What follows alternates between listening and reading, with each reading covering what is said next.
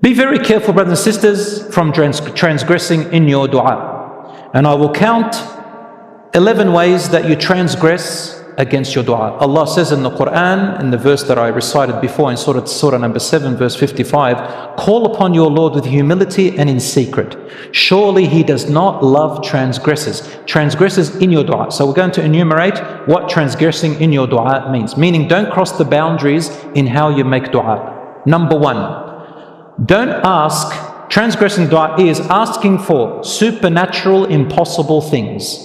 I mentioned before, let me fly, return someone from the dead for me, make me a woman if you're a man, and so on. These are du'as, transgression. Allah will not respond to you. Number two, asking something against Allah's set laws and boundaries. For example, you make a dua for forgiveness or paradise for the disbelievers who have passed away. Allah subhanahu wa ta'ala has forbidden us from making dua for paradise and forgiveness for disbelievers. This is between them and Allah subhanahu wa ta'ala. I know it's harsh on some people who may have family members who died disbelievers, but brothers and sisters, we say their matter is to Allah. And always remember Prophet Ibrahim alayhi salam. Remember all the other prophets and messengers who had parents and family members who died disbelievers. But once they've died, we are not allowed to make dua for them for Allah to just put them into paradise and forgive all their sins. That's between them and Allah. Number three, transgressing in your dua means to ask Allah for things Allah has designated to others. You're not allowed to have them. For example, to say, oh Allah, make me a prophet, make me a messenger. Or to say, oh Allah, make me the intercessor on the Day of Judgment instead of Prophet Muhammad sallallahu alaihi wasallam. Or you say, let me know the unseen. Or you look at a person who's got something and you say, oh Allah, take away that something from that person and give it to me. These are all transgressions of dua. Number four, to ask for haram things. Oh Allah, make me blessed with adultery. It's not going to work. Oh Allah, grant us a righteous child from my girlfriend. This is haram. Oh Allah, grant me a profit from haram sales. I sell something haram and I say, oh Allah, bless my money. And then I get all these profits and I say, Allah has responded to my dua. La habibi, this is going to be a punishment for you. Number five, raising your voice too much in dua. Some people, they think if they raise their voice, Allah's going to hear them better. Oh, no. Allah says in the Qur'an, call upon your Lord tadarru'an wa khufya, with humility and low voice. Unless you're giving a khutbah, a sermon, or you're teaching someone something, or I'm sitting and making dua so you can hear me, then I say it. But I don't raise my voice and yell it.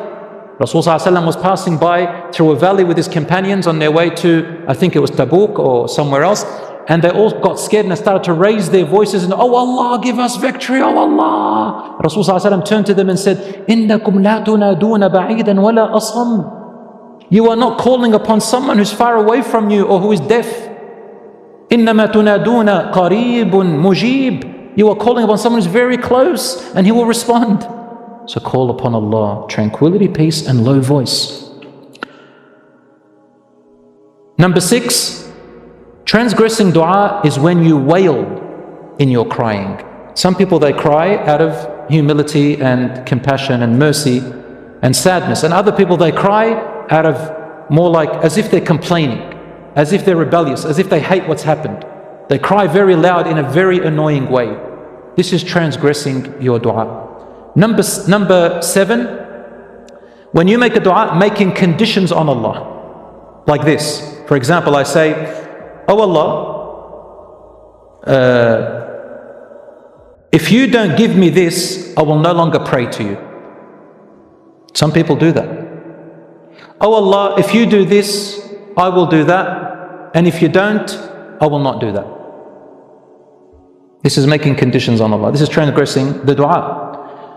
Number eight, asking in too much detail. Let me enter through the white door of the right place of paradise with a white palace on the right side of paradise with hinges made out of fairy dust and so on. You don't make all this dua in detail. Number nine, changing the dua into a lecture. Now this applies to people who make dua in public. Some of them, when they make a dua or they pray Taraweeh, they turn the dua into a lecture, a maw'idah. Oh Allah, the graves and the door that will open in the grave, and the darkness of the graves, and when the worms come and eat my body, and it starts to deteriorate, and I have no father or mother, and the ugliness of this, and the ugliness of that, oh Allah, and everybody starts crying, and you're moving the emotions. This is transgressing the dua, turning the dua into a lecture. Sometimes people stand up, and they're making dua, for example, that goes on for 40 minutes, and it's no longer a dua, it becomes a lecture. And just to move the hearts, this is not a dua. Number 10, starting each and every name of Allah, stating each and every name of Allah and making dua after mentioning each and every name. I don't know if you've heard this before. I've seen some people, especially when they pray Imam or when they make dua, they mention all the names of Allah and they start going one by one and make dua one by one. This is transgressing the dua.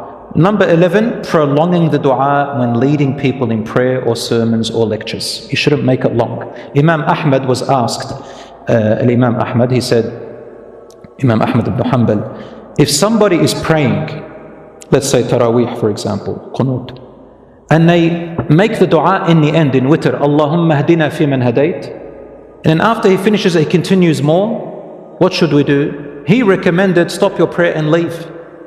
Because that's not the sunnah of the Prophet ﷺ. Oh gosh, when Ramadan comes, this is for us when we pray Imam, we have to deal with this with the people all the time. If I make it short, someone stops me and says, Shaykh, make it longer. Let us get moved.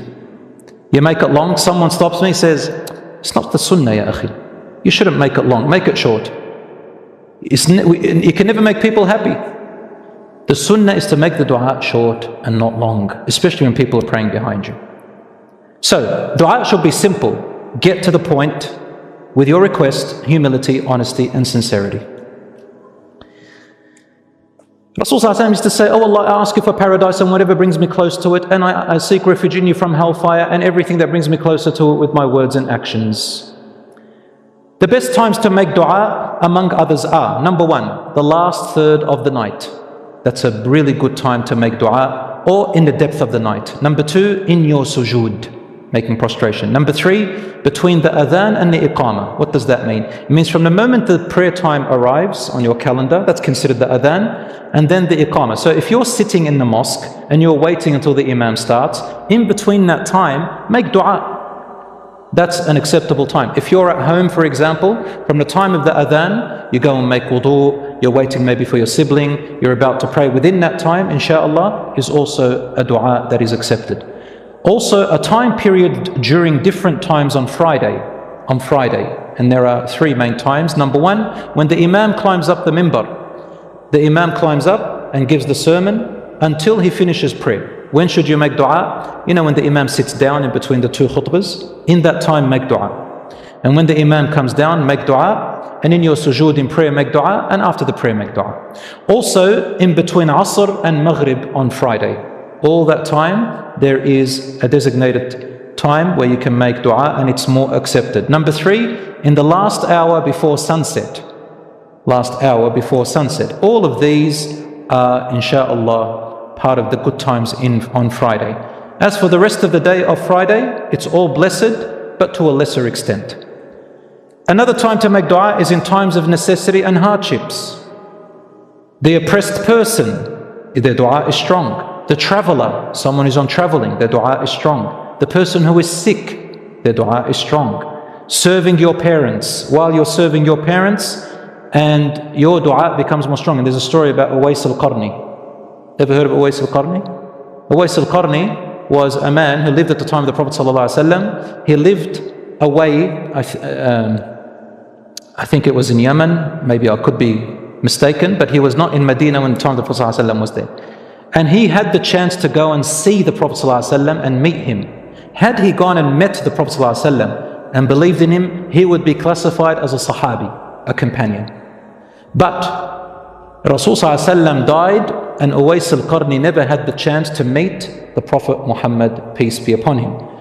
So he feared that he wasn't one of the companions. But Rasul ﷺ, he counted him as one of the righteous among the companions, but not technically in the meaning, because to be a companion you have to meet the Prophet ﷺ and believe in him to be classified as a companion. But Rasul ﷺ said If any of you ever live on to meet Uwais al-Qarni, tell him to make dua for you, for his dua is never rejected. Why didn't Uwais al-Qarni go all the way to Medina to meet the Prophet ﷺ? One thing prevented him. He had a mother who was ill and needed him, and he could not leave her. No one else could look after her. Because of her, he chose to look after his mother, and he missed out meeting the Prophet ﷺ. Because of that, he became the most, the strongest candidate of having their dua accepted. And at the time of Umar radiallahu anhu, Umar, the Khalifa, the second Khalifa, Umar radiallahu anhu, he went and saw him in Hajj around the Kaaba, and he saw him and he recognized people saying, this is Uwais. People were gathering around him. So he came up to him and he saw him. Umar radiallahu anhu says, Uwais al-Qarni? He says, yes. He said, make dua for me. For I heard the Messenger ﷺ say, if you meet him, ask him to make dua for you, for his dua will not be rejected. Do you see, my dear brothers and sisters? So this is the amazing story of serving your parents. And lastly, whilst doing good deeds. Anytime you do a good deed, make a dua, my dear brothers and sisters. It's very difficult to find peace in today's world. Everyone wants to find peace. They have everything. Money, a nice house, a nice car.